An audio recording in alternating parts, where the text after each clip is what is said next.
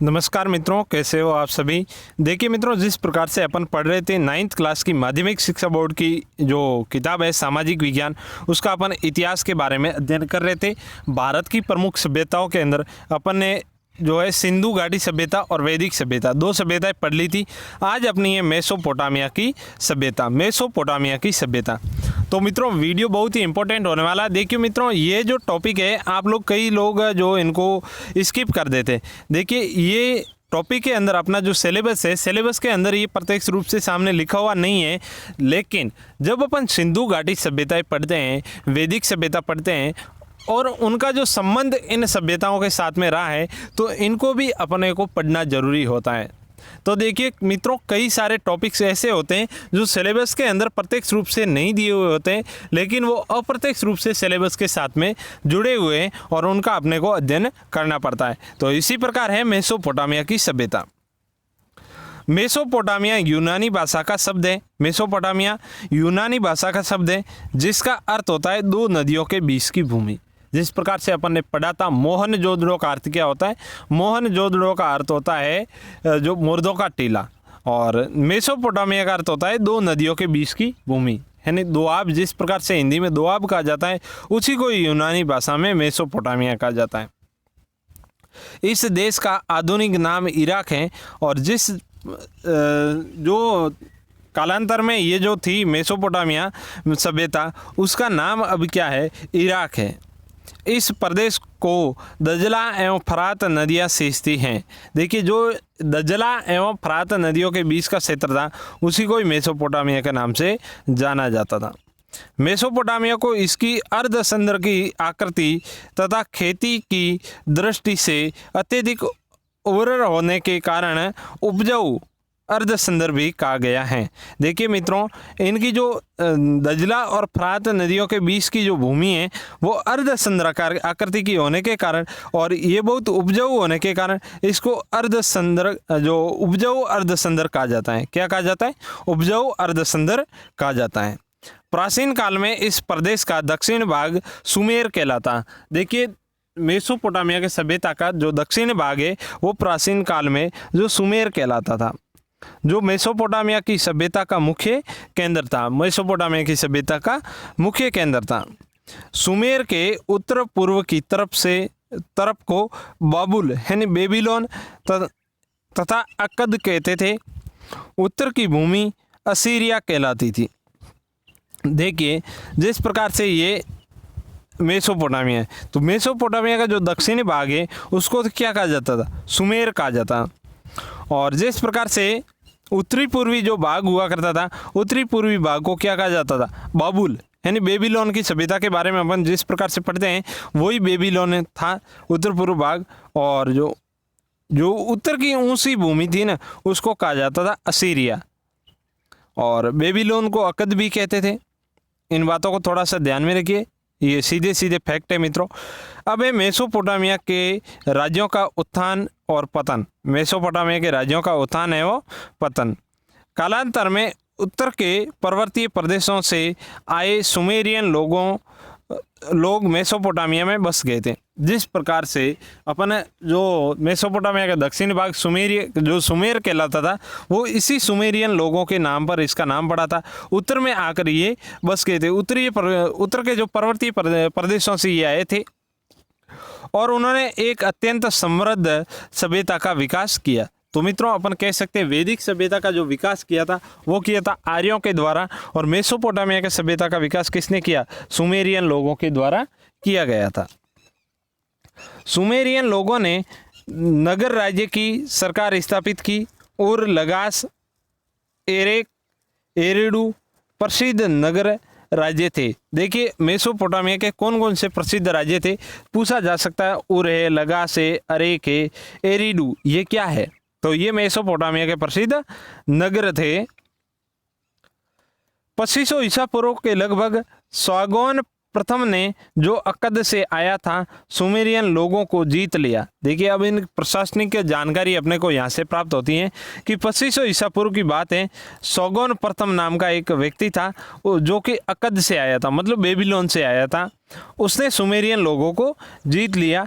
सुमेर और अक्कद दोनों राज्यों को मिलाकर उसने एक सुदृढ़ राज्य स्थापित किया, किंतु 2100 ईसा पूर्व के लगभग ये अक्कादियन लोग भी पराजित हो गए। देखिए बात करते हैं 2500 ईसा पूर्व। 2500 ईसा पूर्व सोगोन नामक एक व्यक्ति था, उसने इन सुमेरियन लोगों को जीत लिया था। लेकिन 400 वर्षों तक यहाँ पर शासन करने के बाद में 2100 ईसा पूर्व के लगभग अक्कादियन लोग यहाँ से पराजित हो गए थे, मतलब इनसे हार गए थे। बाबुल या बेबीलोन में एक नए सामी राजवंश का उदय हुआ। बाबुल या फिर बेबीलोन में एक नया राजवंश का उदय हुआ, उसका नाम था सामी राजवंश। बेबीलोन नगर अब इस नए साम्राज्य की राजधानी बन गया। बेबीलोन के सबसे प्रसिद्ध सम्राट हम्मुराबी ने विभिन्न नगर राज्यों में होने वाली लड़ाइयों को रोककर तथा समस्त देशों में एक जैसे कानून लागू कर एक सुदृढ़ जो राज्य स्थापित किया। देखिए बात करते हैं 2100 ईसा पूर्व अक्कादियन लोग पराजित हो गए थे। बाबुल में एक नए राजवंश की स्थापना हो गई थी बेबीलोन में, जिसका नाम था सामी राजवंश। और बेबीलोन नगर अब इस नए साम्राज्य की राजधानी बन गया था। देखिए जो एक सुमेरियन लोगों को जीतकर बाद में जो ये सामी राजवंश का उदय हुआ था, इन्होंने एक नई राजधानी बना दी थी जो थी बेबीलोन नगर। बेबीलोनिया के सबसे प्रसिद्ध जो सम्राट हुआ था, सबसे शक्तिशाली जो सम्राट हुआ था बेबीलोन का, जिसने संपूर्ण आसपास के क्षेत्रों को विजित किया था, उसका नाम था हम्मुराबी। उसने समस्त लड़ाइयों को रोककर एक कानून व्यवस्था लागू किया और एक सुदृढ़ अपन कह सकते प्रशासनिक व्यवस्था उसने लागू की। आगे है बेबीलोन सभ्यता भी सुमेरियन सभ्यता पर आधारित थी। देखिए बेबीलोन जो सभ्यता थी ये कौन सी सभ्यता के आधार पर थी? ये सुमेरियन लोगों की सभ्यता पर आधारित थी। इसके अनंतर मेसोपोटामिया में असीरियाई लोगों ने अपना साम्राज्य लगभग 1100 से 612 ईसा पूर्व में स्थापित किया। देखिए बेबीलोन सभ्यता पहले आता है सुमेरियनों के बाद में आते हैं बेबीलोन के जो अक्कद के जो बेबीलोनियों के द्वारा जो जीत लिया था सुमेरियन लोगों को। उसके बाद में आता है सामी राजवंश। सामी राजवंश के बाद में आता है वो है असीरियाई लोगों का यहाँ पर शासन। असीरियाई जो होता है 1100 से 612 ईसा पूर्व तक। असीरियाई लोगों ने सीरिया, फिलिस्तीन, फिनीसिया आदि प्रदेशों को जीतकर विशाल साम्राज्य स्थापित किया। इसके बाद कालिडियाई लोगों ने असीरियाई लोगों को पराजित कर एक दूसरे शक्तिशाली बेबीलोनियन साम्राज्य का जो है निर्माण किया। देखिए इसके बाद जो कलिडियाई लोग, देखिए पहले आते हैं, मैंने एक बार फिर से बता दूं, पहले सुमेरियन, उसके बाद बेबीलोनिया के लोग, उसके बाद आते हैं जो सामी राजवंश के बाद में असीरियाई लोग आते, असीरिया के बाद में कालिडियाई लोग आते, उसके बाद में जो है एक शक्तिशाली जो बेबीलोनिया साम्राज्य में असीरियाई लोगों को पराजित कर एक दूसरे साम्राज्य की जो स्थापना हुई थी वो थे कालिडियाई लोग।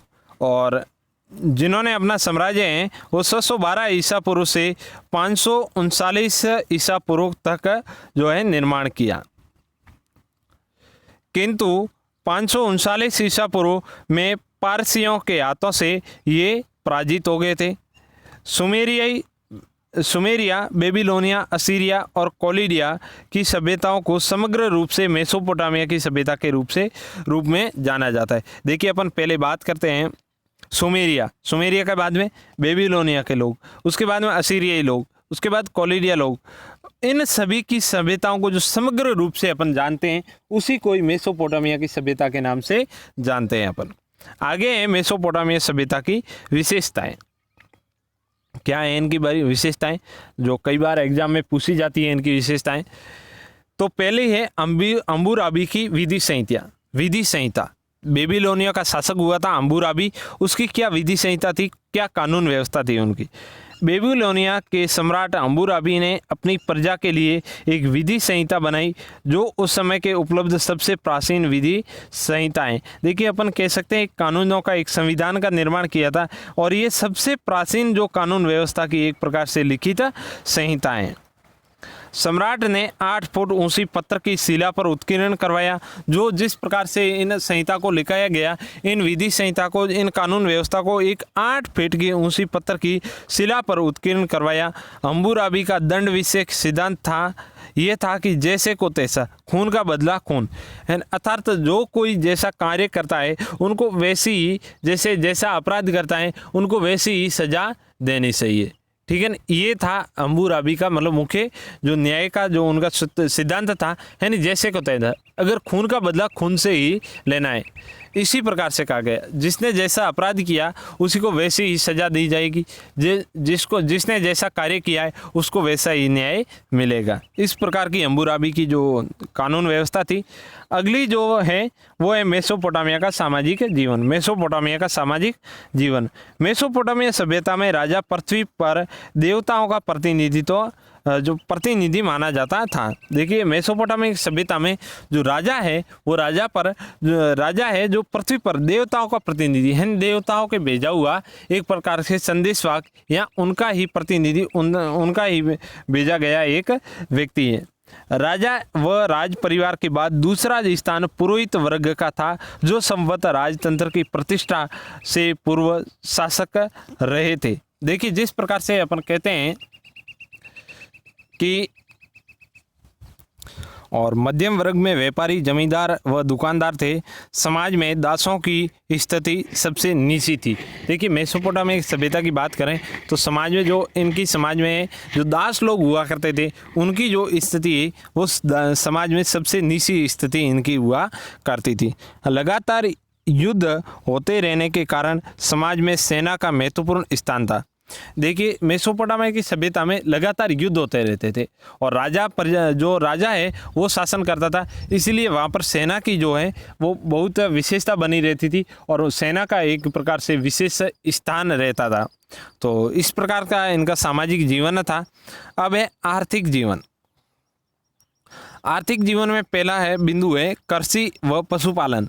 इस सभ्यता के लोग प्रमुख व्यवसाय कृषि था। देखिए जिस प्रकार से प्राचीन जितनी भी सभ्यताएं हुई है उनका जो प्रमुख व्यवसाय हुआ है वो कृषि ही हुआ है, क्योंकि प्राचीन समय में इतने ज़्यादा जो दूसरे काम नहीं थे, हालांकि थे जरूर लेकिन इतने विकसित नहीं थे, वो सभी कृषि पर आधारित थे। तो मुख्य व्यवसाय क्या हुआ, कृषि हो गया था। वहाँ के किसान भूमि की जुताई हलों से करते थे और बीज एक कीप के द्वारा बोते थे और खेतों की सिंचाई के लिए वे नदियों के बाढ़ के पानी को नहर द्वारा ले जाकर बड़े बड़े बांधों में इकट्ठा कर लेते थे। हलों से जुताई हेतु मवेशी काम में लेते थे और उनकी नस्ल सुधार के लिए पशुओं का प्रजनन भी किया जाने लगा था। देखिए मेसोपोटामिया की बात करें तो यहाँ पर जो मुख्य व्यवसाय क्या हुआ करता था, कृषि हुआ करता था। और कृषि के ये बीज किससे हुआ करते थे, जिस प्रकार से अपन अभी देखते हैं कल्टीवेटर वगैरह, इस प्रकार के सीप के द्वारा बोते थे। और पानी है वो नदियों का पानी, जो बाढ़ का पानी होता था, एक नहर से दूसरे स्थान पर ले जाकर किसी बांध में वगैरह इकट्ठा कर दिया जाता था और वहाँ से खेतों की सिंचाई की जाती थी। और जो बीज वगैरह बोने के लिए या फिर हल वगैरह चलाने के लिए क्या काम में लिया जाता है, बैल है, घोड़े हैं, इस प्रकार के मवेशियों को काम में लिया जाता था। अगला बिंदु है व्यापार व उद्योग। मेसोपोटामिया की सभ्यता मूलतः व्यावसायिक सभ्यता थी। देखिए कृषि प्रधान सभ्यता तो थी, लेकिन मेसोपोटामिया की सभ्यता का जो मुख्य व्यवसाय, यहाँ के लोगों का जो मुख्य व्यवसाय था वो था जो उद्योग धंधे। वहाँ देवता का मंदिर एक धार्मिक स्थल ही नहीं, एक व्यवसायिक केंद्र भी था। देखिए वहाँ पर देवताओं का जो मंदिर होता था या फिर कोई भी धार्मिक स्थल होता था, उनको एक व्यवसायिक केंद्र के रूप में काम में लेते थे। यही सर्वप्रथम बैंक प्रणाली का विकास हुआ। देखिए अपन बात करें तो बैंक प्रणाली का जो सर्वप्रथम विकास हुआ था, तो सर्वप्रथम बैंक प्रणाली का विकास यहीं पर हुआ था। मेसोपोटामिया का भारत की सिंधु सरस्वती सभ्यता से जो व्यापारिक संबंध था। देखिए मित्रों, मैंने पहले ही बताया है कि इन किताबों का एक एक लाइन, इन किताबों की एक एक लाइन अपने आप में क्या है, अपने आप में नोट्स है। तो देखिए यहाँ पर जो सर्वप्रथम बैंक प्रणाली का विकास हुआ ये भी है। मेसोपोटामिया का भारत की सिंधु सरस्वती सभ्यता से व्यापारिक संबंध था। सिंधु सरस्वती सभ्यता की कई वस्तुएं मेसोपोटामिया के जो है उर नगर की खुदाई में मिली है। देखिए सिंधु सरस्वती सभ्यता की जो कई प्रकार की जो चीज़ें हैं, सामान है, वो मेसोपोटामिया के कौन से नगर से प्राप्त हुई है? उर नगर से ये प्राप्त हुई है।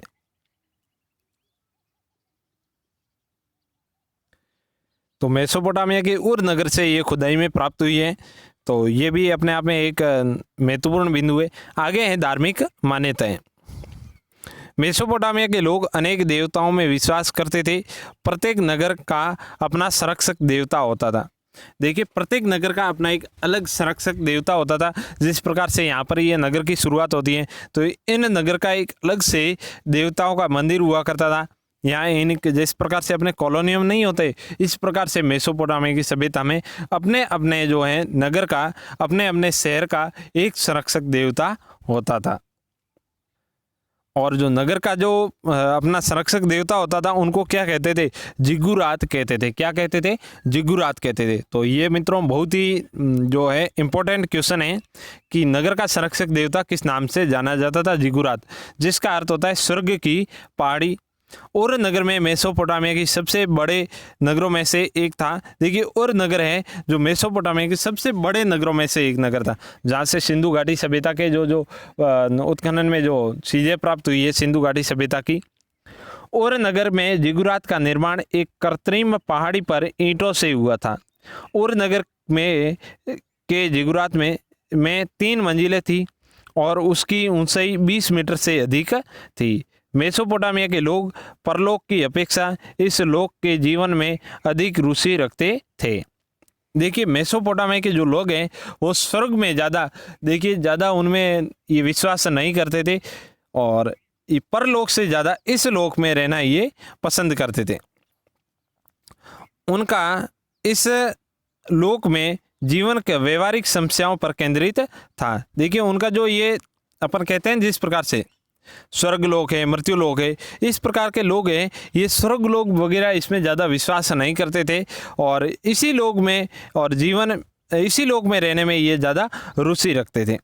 और इस लोक में के जीवन की व्यवहारिक समस्याओं पर जो केंद्र था, इस लोक का जो जीवन है, जो इस लोक में रहना जो जीवन उनका जो आधारित था वो था व्यवहारिक समस्याओं पर केंद्रित था। उनके पुरोहित भी व्यवसाय में रत रहते थे। उनके जिस प्रकार से जो पुरोहित ब्राह्मण का जो कार्य करते थे वो भी अपने अपने कार्यों में व्यस्त रहते थे। आगे है मेसोपोटामिया का ज्ञान विज्ञान के क्षेत्र में मेसोपोटामिया के लोगों की उपलब्धियां महत्वपूर्ण थी। देखिए कई प्रकार की इनकी विज्ञान के क्षेत्र में, ज्योतिष के क्षेत्र में कई प्रकार की इनकी उपलब्धियां गिनी जाती हैं। खगोल विज्ञान के क्षेत्र में उन्होंने काफ़ी उन्नति कर ली थी। उन्होंने सूर्योदय, सूर्यास्त, चंद्रोदय, चंद्रास्त का ठीक समय मालूम कर लिया था। उन्होंने दिन और रात्रि के समय का हिसाब लगाकर पूरे दिन को 24 घंटों में बांटा था। देखिए सबसे पहले जो दिन को 24 घंटों में बांटने का जो कार्य किया था, आज से जो 2500 ईसा पूर्व पहले ये इन्होंने ये खोज कर ली थी मेसोपोटामिया के लोगों ने। और सूर्यास्त, चंद्रास्त, चंद्रोदय, सूर्योदय इन सभी का ठीक समय इन्होंने निकाल लिया था, ज्ञात कर लिया था। आगे 60 सेकंड का मिनट और 60 मिनट का 1 घंटे का विभाजन सबसे पहले इन्होंने किया था। देखिए अपन जब भी ये अपन देखते हैं कि 60 सेकंड का 1 मिनट होता है, जो 60 मिनट का 1 घंटा होता है, ये सबसे पहले विभाजन इन्होंने ही किया था। किसने? मेसोपोटामिया के लोगों ने ही। रेखा गणित के वृत्त को उन्होंने 360 डिग्री में विभाजित करना प्रारंभ कर दिया था। देखिए जिस प्रकार से रेखा गणित अपन देखते हैं, रेखा गणित से जो कोण वगैरह अपन मानते हैं, तो सबसे पहले 360 डिग्री में विभाजित करना इन्होंने ही प्रारंभ किया था, जो अभी भी अपन करते आ रहे हैं। इस तरह मेसोपोटामिया के निवासी विज्ञान और गणित की उन्नत परंपराओं से अवगत थे। जिस प्रकार से अपन आधुनिक विज्ञान और गणित की जो उन्नत परंपराएं देखते हैं, इनसे ये भली प्रकार से जो है प्रेषित थे। आगे मेसोपोटामिया की स्थापत्य कला। मेसोपोटामिया के कलाकारों ने मेहराब का भी आविष्कार किया। मेहराब स्थापत्य कला की एक महत्वपूर्ण खोज थी, क्योंकि ये बहुत अधिक वजन संभाल सकती थी और देखने में आकर्षक लगती थी। देखिए इनकी जो है मेहराब कला, ये बहुत ही एकदम जो अपन कह सकते हैं, देखिए जिस प्रकार से अपन दुर्ग वगैरह बने हुए देखते हैं, उनके ऊपर कई सारे मेहराब वगैरह बने हुए होते हैं। तो इनकी जो सबसे पहले इन्होंने खोज की थी, किसने? मेसोपोटामिया के लोगों ने, और ये दिखने में भी काफ़ी आकर्षक लगती थी। आगे है मेसोपोटामिया की किलाक्सर लिपि। मेसोपोटामिया की पहली लिपि का विकास सुमेर में हुआ था। देखिए जिस प्रकार से मेसोपोटामिया का जो संपूर्ण भाग था उसका दक्षिण भाग सुमेर कहलाता था, तो सबसे पहले लिपि का विकास इसी क्षेत्र में हुआ था। सुमेरियन व्यापारियों ने अपना हिसाब किताब रखने के लिए कीली जैसे चिन्ह बनाकर लेखन कला का विकास किया। इन्हें कूनीफॉर्म या किलाक्सर लेखी जो लिपि कहा जाता है। एक जो कील जैसे, एक प्रकार से अपन कील के समान इन्होंने अक्षरों को बनाकर लिखने का जो सबसे पहले प्रारंभ किया था, इन्हीं को जो कूनीफॉर्म या फिर किलाक्सर लेखी लिपि कहते हैं। तो पूछा जा सकता कूनीफॉर्म क्या है, तो मेसोपोटामिया के लोगों की एक प्रकार से क्या थी? लिपि थी, जो सुमेरियन लोगों के द्वारा जो है विकसित की गई थी। तो मित्रों आज की वीडियो में अपन इसी जो है मेसोपोटामिया की सभ्यता को पढ़ेंगे, और आगे के वीडियो में अपन मिस्र की सभ्यताएं हैं, आगे जो और भी सारी सभ्यताएं हैं, यूनान की सभ्यताएं, राजस्थान की प्रमुख सभ्यताएं, उनके बारे में अपन अध्ययन करेंगे। ये टॉपिक कल अपन ख़त्म करने वाले हैं, और फिर इनके जो कितने भी जो 150 क्वेश्चन जितने